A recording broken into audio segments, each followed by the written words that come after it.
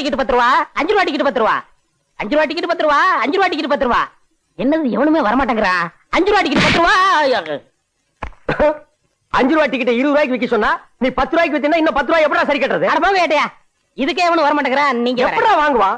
பிளாக்ல டிக்கெட் விக்கும் போது காக்கி பேண்ட் போடாத, லுங்கி கட்டு உனக்கு எத்தனை தடவை சொல்லிருக்கேன்? லுங்கி கட்டிட்டு வித்தா என் இமேஜ் குறைஞ்சிருங்க. ஐயோ, இமேஜா? இவர் பெரிய பிரிட்டிஷ் இளவரசர், உலகம் பூரா இவருக்கு இமேஜ். விக்கிறது பிளாக் டிக்கெட். கத்ரா நாய. நான் கத்த மாட்டேன். ஏன்? 2 பேரும் ஈக்குவல் பார்ட்னர் தானே, நீங்க கொஞ்சம் கத்துக்க. ஈக்குவல் பார்ட்னரா? அம்மா, பல கோடி ரூபாய் பணத்தை போட்டு காட்டன் பிசினஸ் எல்லாம் பண்றான். கத்ரா. 5 ரூபா டிக்கெட் 10 ரூபா, 5 ரூபா டிக்கெட் 10 ரூபா, 5 ரூபா டிக்கெட் 10 ரூபா. அண்ணே, என்னது இது? தீப்.